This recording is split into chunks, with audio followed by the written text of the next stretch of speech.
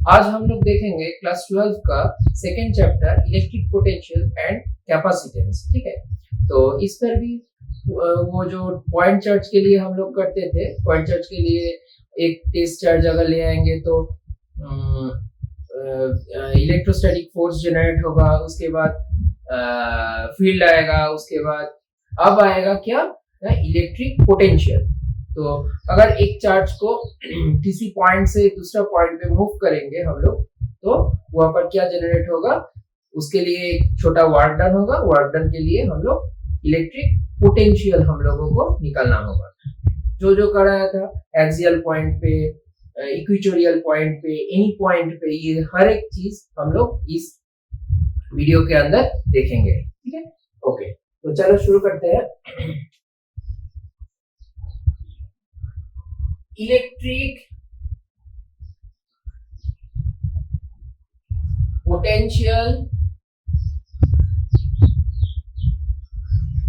And capacitance. Electric potential and capacitance. Okay, तो ये electric potential and capacitance क्या होता है, हम लोग पहला देखेंगे। इलेक्ट्रिक पोटेंशियल, ये इलेक्ट्रिक पोटेंशियल क्या होता है। सपोज मान के चलो this is a source charge, this is a source charge plus Q. Okay, इसके बाद इसका एक फील्ड रहेगा। अगर इंफिनिटी से हम लोग एक टेस्ट चार्ज इधर बैठाएंगे इसके फील्ड में, तो क्या होगा, फोर्स किधर मिलेगा, इधर फोर्स मिलेगा, इलेक्ट्रोस्टैटिक फोर्स। ये क्या फोर्स है, इलेक्ट्रोस्टैटिक फोर्स। ओके, अच्छा, ये इलेक्ट्रोस्टैटिक फोर्स उधर जाएगा, रिपेल करेगा। अच्छा, ये भी test charge, test charge is positive. ठीक है, अब ये जो इलेक्ट्रिक पोटेंशियल है हम लोग देखेंगे पोटेंशियल डिफरेंस। ये क्या होता है, पोटेंशियल डिफरेंस। ये पोटेंशियल डिफरेंस क्या होता है, मान के चलो ये पॉइंट ए है, ये पॉइंट बी है, फोर्स का डायरेक्शन उधर है। Against the force, electrostatic force, if you move the test charge from A to B, that much of work done, if you take divide with respect to the test charge per unit of positive test charge, that is potential difference. तो हम लोग क्या बोलेंगे, whenever a test positive charge is moved from A to B, the work done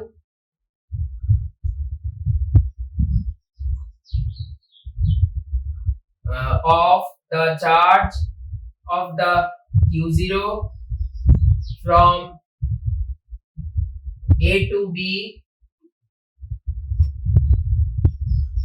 with respect to Q0 is called potential difference. ठीक है, अच्छा, एक charge force उधर है, एक चार्ज यहां से चार्ज उधर है, इलेक्ट्रिक फील्ड उधर, इलेक्ट्रोस्टैटिक फोर्स उधर है। तो एक चार्ज को इधर हम लोग अगेंस्ट की तरफ मूव करेंगे, अगेंस्ट द, इस पर और एक टॉपिक होगा, move against the electrostatic force. ठीक है, अगेंस्ट द इलेक्ट्रोस्टैटिक फोर्स। इसको अगर मूव करेंगे इलेक्ट्रोस्टैटिक फोर्स के उल्टा डायरेक्शन पे यहाँ से क्या होता, तो एक वर्क डन होगा V इक्वल्स टू VB, ये ग्रेटर पोटेंशियल पे है, VB minus VA equals to work done of AB by Q0। अब वर्क डन का फॉर्मूला क्या है, वर्क डन की यूनिट क्या है, जूल पर कूलम, मतलब 1 जूल पर 1 coulomb is equals to 1 volt. ठीक है, 1 joule of work done is produced with respect to 1 coulomb of charge, that means 1 volt of potential difference has been given। okay, अब next जो topic रहेगा, अच्छा screenshot ले लो, screenshot ले लो पूरा, ठीक है।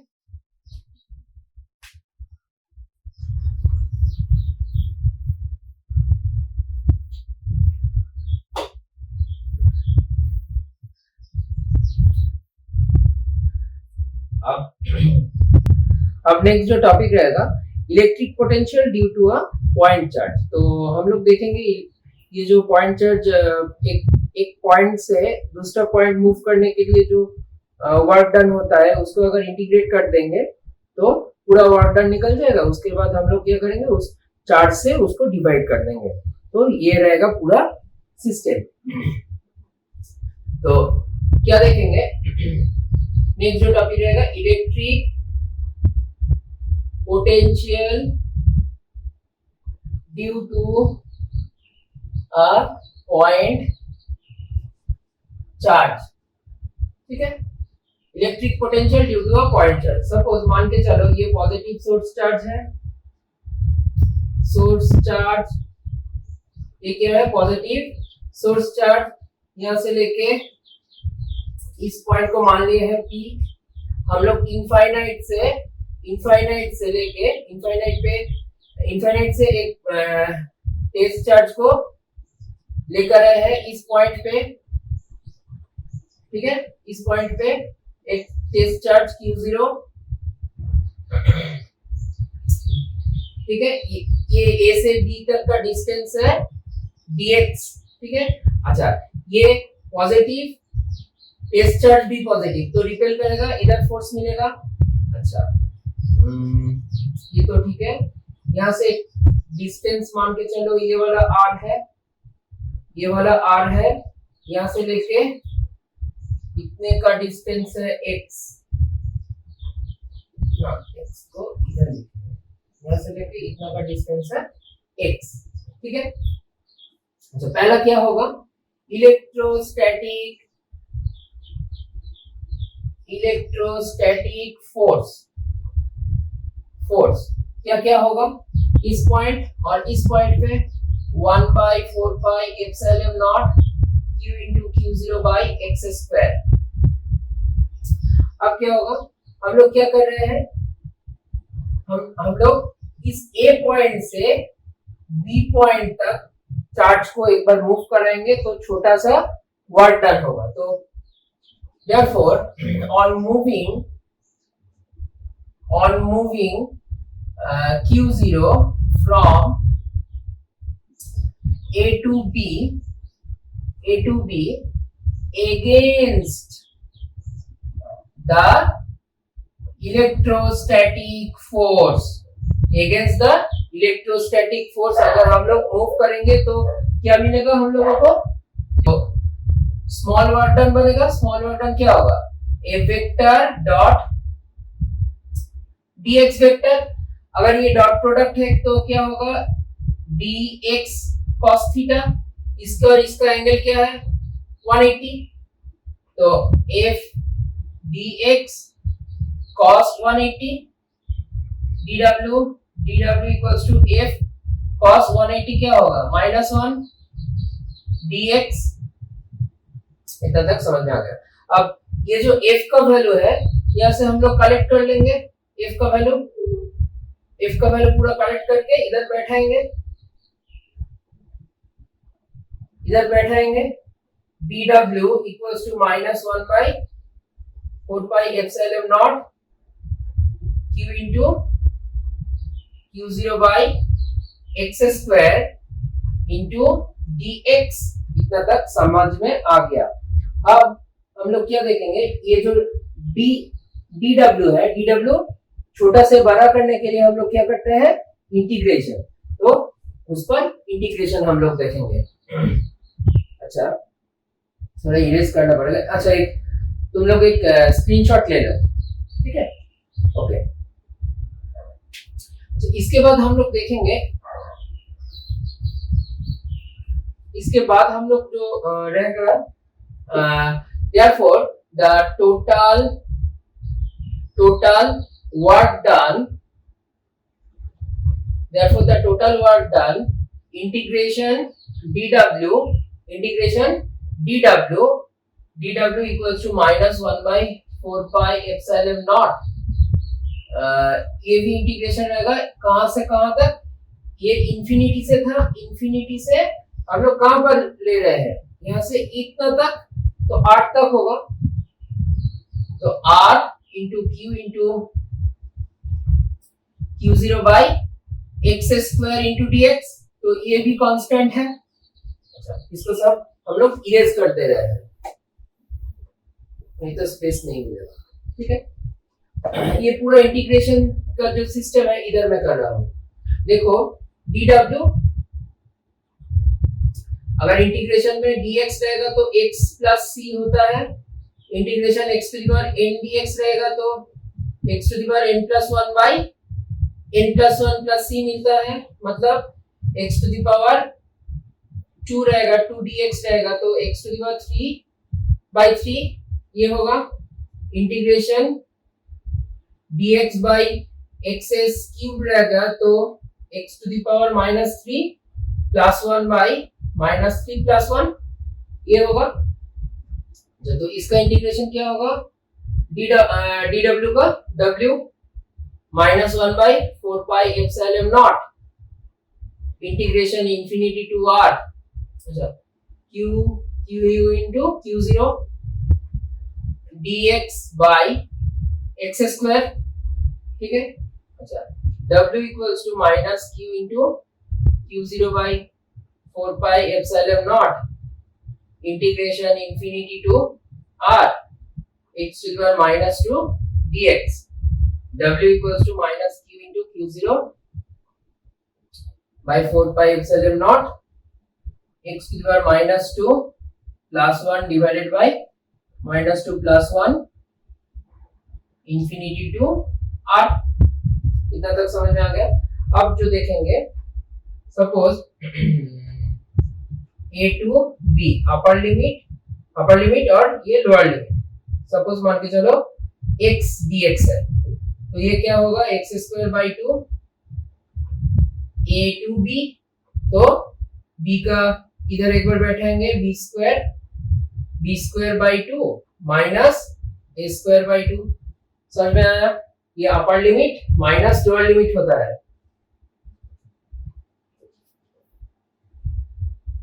ये चीज हम लोग करेंगे। अच्छा अब जो है w equals to minus q into q0 by 4 pi epsilon naught, 4 pi epsilon naught ये क्या होगा, -2 प्लस 1, तो x टू द पावर -1, इस 2 को बाहर में कर दे रहे हैं, तो -1 आ जाएगा, -1, अच्छा चलो लिखते हैं -1 इंफिनिटी टू r, ये माइनस और ये माइनस प्लस, तो q into q0 by 4 pi epsilon naught 1 by x minus infinity to r, तो w equals to q into q0 by 4 pi epsilon naught, तो 1 by r minus 1 by infinity, तो 1 by infinity क्या होगा, 1 by infinity तो 0 बन जाएगा, तो 1 by 4 pi epsilon not, अच्छा q into q0 1 by r, तो हम लोगों को टोटल जो वर्क डन है कहां से कितना तक, वो जो a पॉइंट से या सॉरी इंफिनिटी से लेकर p पॉइंट तक के लिए वर्क डन हम लोगों को निकल गया। अब इलेक्ट्रिक पोटेंशियल का फॉर्मूला क्या था, ये तो फॉर्मूला तो याद रखना पड़ेगा ना। अच्छा, तो फॉर्मूला क्या था इलेक्ट्रिक पोटेंशियल का,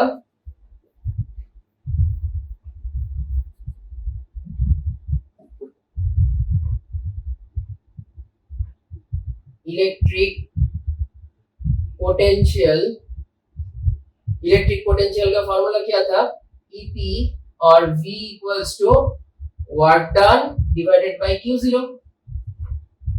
अच्छा, work done divided by Q0, तो ये तो वर्क डन है, तो ये वर्क डन उधर बैठाएंगे, तो V equals to 1 by 4 pi epsilon naught Q into Q0 divided by R, ठीक है, इंटू डिवाइडेड बाय Q0, तो ये Q0 और ये Q0 कट जाएगा, तो V equals to 1 by 4 pi epsilon naught Q by R। इतना तक समझ में आ गया? देख लो पूरा, एक बार देख लो, चेक कर लो, एक स्क्रीनशॉट लेना है तो ले लो, ठीक है।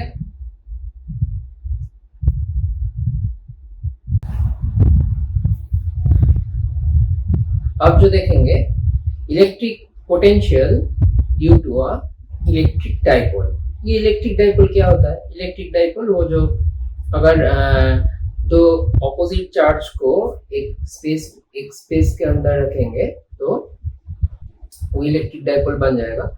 अगर उस एक्सिस पे हम लोग एक टेस्ट चार्ज को अगर रखेंगे तो दोनों चार्ज के लिए एक इलेक्ट्रिक पोटेंशियल जनरेट होगा, उसको ही हम लोग कैलकुलेट करेंगे, ठीक है। तो चलो देखते हैं। प्रोसीड्यूर पूरा सेम है, थोड़ा कुछ चेंजेस कर होगा ड्यू टू डाइपोल, ठीक है, ड्यू टू डाइपोल। तो देखो ये नेगेटिव चार्ज, ये पॉजिटिव चार्ज, इसके अंदर का डिस्टेंस कितना है, ए, यहां से लेके ए, यहां से लेके ए, तो टोटल कितने का डिस्टेंस रहेगा, 2a, ठीक है। इस पॉइंट पे हम लोग एक टेस्ट चार्ज बैठाएंगे, तो यहां से इतना का डिस्टेंस रहेगा r, यहां से इतने का डिस्टेंस रहेगा r, ठीक है। अच्छा, अगर इस पॉइंट पे Q0 बैठाएंगे तो इसके लिए एक जनरेट होगा और इसके लिए भी एक जनरेट होगा। तो हम लोग सिर्फ रफ कैलकुलेशन करेंगे पूरा जो एक्सप्रेशन निकलने के लिए, electric dipole, electric potential due to a dipole, due to a dipole. अच्छा, अब देखेंगे ये एक्सियल पॉइंट के लिए, हाँ, ये एक्सियल पॉइंट के लिए। अच्छा, तो पोटेंशियल जो इलेक्ट्रिक पोटेंशियल रहेगा तो दोनों पॉइंट के लिए रहेगा, इन दोनों को ऐड कर देंगे, ठीक है। अब V1 मान के चलो ये V1 है, इस पर जो आएगा ये V1 है, ये V2 है, तो क्या था 1 by 4 pi epsilon naught minus Q, तो माइनस Q बैठाएंगे, Q0, Q0, अच्छा, और Q0, अच्छा Q0 तो कट जाएगा, लेकिन हम लोग V निकल रहे हैं ना, तो Q0 तो कट जाएगा, तो बाय कहां से लेके कितना का डिस्टेंस, यहां से लेके इतने का डिस्टेंस, तो क्या होगा R प्लस A, तो R प्लस A क्या था, और एक बार मैं बोल रहा हूं इधर, V equals to 1 by 4 pi epsilon naught Q by R, Q by R भी बोल सकते हो, X भी बोल सकते हो। तो ये था हम लोगों को इलेक्ट्रिक पोटेंशियल का फॉर्मूला था। तो तो ये बैठाया। अच्छा, इसके लिए करेंगे 1/4πε0 q/r-a। तो अब जो देखेंगे 1/4πε0, इसको q भी निकल दिया, -1/r+a प्लस 1/r-a। तो q/4πε0 r² minus a square minus r plus a plus r plus a, bracket close. ये और ये कट गया, चले q into 2a divided by 4πε0, ये और ये 2a बन गया, चले r² माइनस a स्क्वायर। ठीक है, तो ये क्या है, इलेक्ट्रिक डाइपोल मोमेंट। तो 4πε0 ब्रैकेट में इसको कर दो r² माइनस a स्क्वायर, इसको p वेक्टर दे दो। ठीक है, तो इसको वेक्टर नहीं देना होगा। ठीक है, इतना तक तो समझ में आ गया। अब जो रहेगा नेक्स्ट जो टॉपिक रहेगा, ये इक्वेटोरियल पॉइंट पे हम लोग देखेंगे। इक्वेटोरियल पॉइंट मतलब, तो इक्वेटोरियल पॉइंट मतलब क्या होगा ना, पूरा जो ये जो एक्सिस रहेगा, ये एक्सिस के तरफ हम लोग देखेंगे। मतलब क्या बोलना चाहता हूँ, देखो, डाइपोल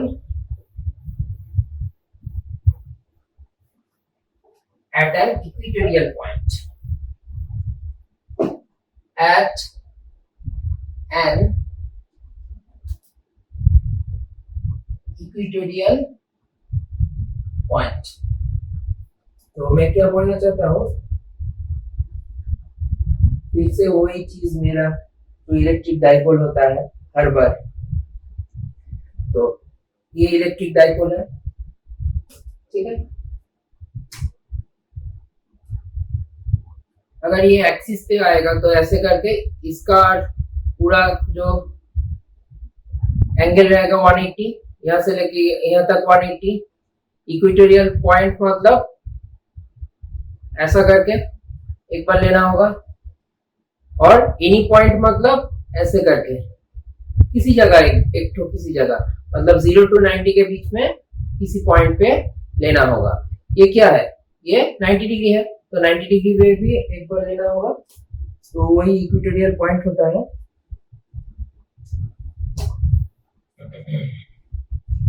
तो पॉजिटिव, ये सपोज मान के चलो ये पॉजिटिव है, पॉजिटिव नेगेटिव, ये इक्वेटोरियल पॉइंट है। इस पर हम लोग चार्ज को प्लेस करेंगे। तो ये वाला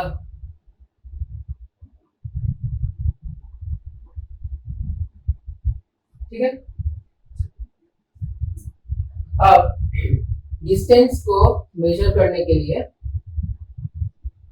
ये r, ये r है, ये root under r² Pythagoras theorem से निकल गया ये वाला, तो root under r² plus a square. ठीक है, ये पॉइंट p पॉइंट, ये q0 बैठा है। बोलो इतना तक समझ में आ गया। अब इस पॉइंट के लिए एक बार जनरेट होगा। ठीक है, तो पोटेंशियल जो रहेगा V1 प्लस V2, फिर से वही चीज 1/4πε0 minus q by root under r² plus a square, समझ में आया, plus 1/4πε0 q by r² plus a square. तो q भी निकल गया 1/4πε0, और एक भी निकलेगा ये वाला, root under r² plus a square.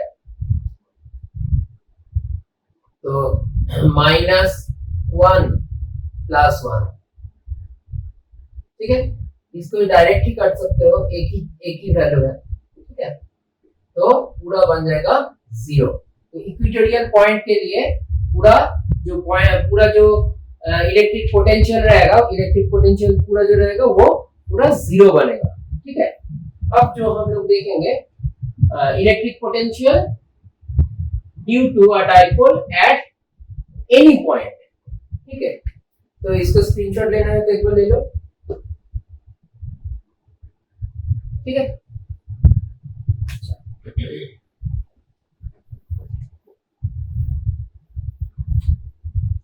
Eight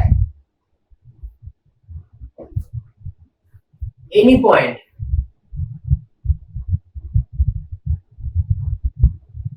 any point, ये जो डाइपोल का जो डिस्टेंस होता है, एक बात मैं बोलना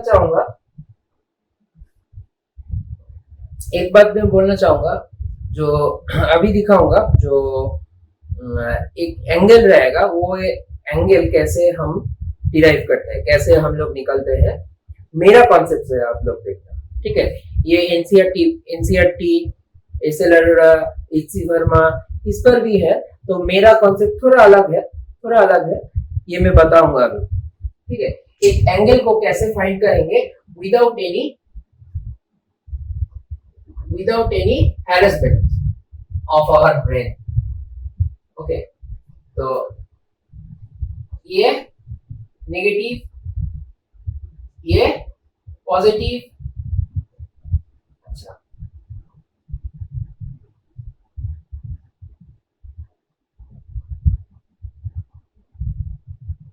ये पॉइंट मान लिया है। इस पॉइंट पे हम लोग एक टेस्ट चार्ज लेकर आए,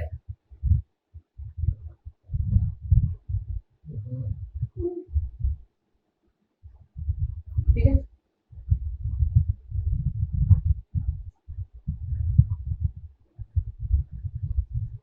इतना तक समझ में आ गया?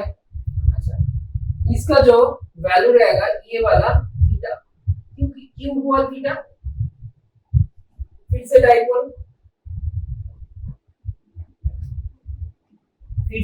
डाइपोल लेना होगा। ये 90 डिग्री क्या है? ये 90 डिग्री ऐसे करके मूव हो रहा है, तो इसको मान लिया है क्या? Angle theta. तो इसको हम लोग मान लिए है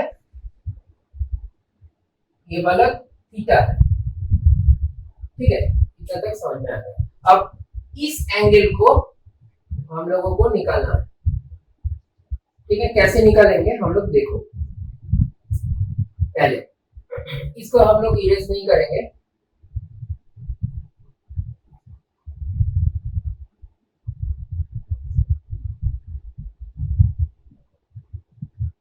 एनसीईआरटी में भी देखना कैसे किया है वो लोग। ये थीटा है। अगर फिजिक्स में एक पोजीशन को, एक लाइन को कितना छोटा है उसको डिफाइन करने के लिए हम लोग क्या करते हैं? एक परपेंडिकुलर लेते हैं।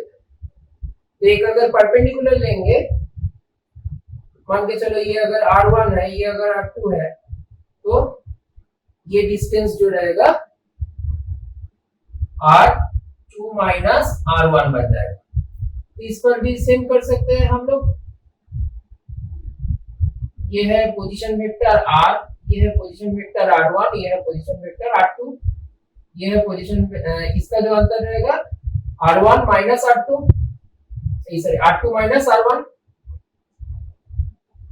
ठीक है। अब कितना तक समझ में आ गया? इसको एक्सटेंड करके हम लोग ले जा रहे हैं कितना तक? तो ये अगर 90 डिग्री होगा तो ये भी 90 डिग्री होगा, ठीक है। अब इधर देखो, ये अगर 90 डिग्री होगा तो ये भी 90 डिग्री होगा, है ना। अच्छा, अगर ये 90 डिग्री होगा तो ये 90 डिग्री होगा, तो ये भी 90 डिग्री होगा और ये भी 90 डिग्री होगा, इसको हम लोग क्या पकड़े थे, थीटा, इसको 180 माइनस थीटा बोल सकते हैं, ठीक है। तो इसको मान के चलो ये वाला फाई है, ये भी 90 डिग्री बनेगा। तो ये चारों पॉइंट, मेरा पेन देखना, ये एक क्वाड्रिलेटरल है, क्वाड्रिलेटरल का सम ऑफ ऑल साइड कितना है, sum of all the angle 360, तो 5 plus 90 plus 90 plus 180 minus theta is equals to 360। तो 180 180 360 कट गया, तो 5 equals to 5 minus theta equals to क्या होगा 0, 5 इक्वल्स टू थीटा। ऐसे करके हम लोग बोल सकते हैं इसको, ये भी थीटा है, ठीक है, ओके। तो बहुत आसान कर दिया हम लोग, ठीक है। इसको कैसे निकाला पूरा समझ में हो आ गया ना। अच्छा, अब जो देखेंगे इतना का पहले ये एक राइट एंगल ट्रायंगल बन रहा है ना, ये एक राइट एंगल ट्रायंगल, इसका एक नाम दे दो, नाम दे दो ए बी, इसका एक नाम दे दो ए बी। अच्छा, अब जो रहेगा same v equals to v1 plus v2 1 by 4 pi epsilon naught, 1 by 4 pi epsilon naught minus q divided by r2, ठीक है, 1 by 4 pi epsilon naught q divided by r1, ठीक है। तो q 1 by 4 pi epsilon naught minus 1 by r2 plus 1 by r1, q divided by 4 pi epsilon naught minus r1 plus r2 divided by r1 into r2। हाँ, इतना तक निकल गया। तो ये वाला क्या है, 1 by 4 pi epsilon naught r2 minus r1, ये वाला जो एक्स्ट्रा लेंथ है, ये एक्स्ट्रा लेंथ ये है। अब जो देखेंगे यहां से हम लोग पूरा इसका डिस्टेंस क्या है, इसका डिस्टेंस 2 है, तो cos थीटा निकाल लेंगे। cos थीटा क्या बनेगा, cos theta equals to b by h। b कितना आएगा, b ये वाला, अगर 90 डिग्री इधर रहेगा ये वाला थीटा होगा, तो ये वाला बेस होगा r2 minus r1 divided by 2a। हम लोगों को ये निकालना है r2 माइनस r1, इसको क्रॉस मल्टीप्लाई कर देंगे इधर, 2a cos थीटा, समझ में आ गया, q divided by 4 pi epsilon not 2a cos theta divided by r1 into r2। अच्छा, ये एक बोलना है r1 और r2, r1 और r2, इसको इस पॉइंट पे आके हम लोग थोड़ा बोल सकते हैं ये वेक्टर जो रहेगा ये वेक्टर इक्वल रहेगा। तो ये वाला क्या बन जाएगा पूरा, सॉरी कितना था, ये वाला p, अच्छा ऊपर में थोड़ा बेस करना पड़ेगा, v equals to q by 4 pi epsilon naught, इसको p बोल सकते हैं, p cos theta divided by r1 into r2।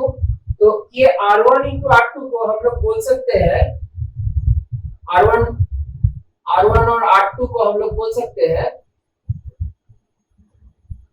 r square बोल सकते हैं, मान के चलो ये स्क्वायर है, तो ये जो डिस्टेंस लगभग सेम है, किस लिए मैं बोलना चाहता हूँ, ये जो डाइपोल का जो लेंथ होता है बहुत छोटा, बहुत छोटा, ऐसे करके ऐसे होता है, बहुत छोटा छोटा होता है। तो इसका और इसका जो अंतर रहता है nearest negligible amount of distance रहता है। तो हम लोग कंसीडर कर रहे हैं इसको जीरो ही पकड़ रहे हैं, तो इसलिए हम लोग ये दोनों को इक्वल बोल सकते हैं। अच्छा, तो क्या मिलेगा?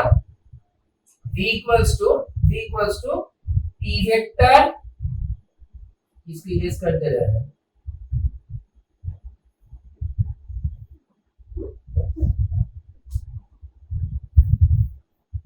v equals to p 1/4 pi epsilon naught 1/4 pi epsilon naught cos theta divided by r square. इतना तक। तो स्पेशल केस रहेगा, स्पेशल केस पे हम लोग देखेंगे, स्पेशल केस पे हम लोग देखेंगे, क्या देखेंगे ना, थीटा का वैल्यू अगर वेरी करेंगे, थीटा अगर जीरो होगा, ये थीटा जो है अगर जीरो होगा मतलब क्या एक्सियल लाइन पे आ जाएगा, ऐसे करके आ जाएगा, और 180 होगा तो क्या होगा? इसके लिए cos थीटा क्या होता है? पॉजिटिव होता है, इसके लिए cos थीटा नेगेटिव होता है। तो v का जो वैल्यू रहेगा plus minus 1/4 pi epsilon not p cos theta by r square, ये मिलेगा। अगर इसको अगर 90 डिग्री करेंगे तो क्या मिलेगा? इसको 90 डिग्री करेंगे तो हम लोगों को वो इक्विटोरियल पॉइंट वाला मिल जाएगा। तो उस पर तो हम लोग पूरा जीरो कर रहे थे, तो थीटा अगर 90 होगा तो v पूरा जीरो, मतलब इक्विटोरियल पॉइंट। ठीक है, ये वाला क्या आएगा? एक्सियल पे आएगा, एक्सियल लाइन पे। ठीक है, स्क्रीनशॉट लेना है तो ले लो। ठीक है, अच्छा, नेक्स्ट वीडियो में हम लोग देखेंगे पूरा जो इलेक्ट्रिक पोटेंशियल का पूरा कॉन्सेप्ट क्लियर कर देंगे, हम क्लियर कर देंगे, और उसके बाद आएगा कैपेसिटेंस। ठीक है, तो ठीक है, अच्छे से पढ़ाई करो, ठीक है, थैंक यू।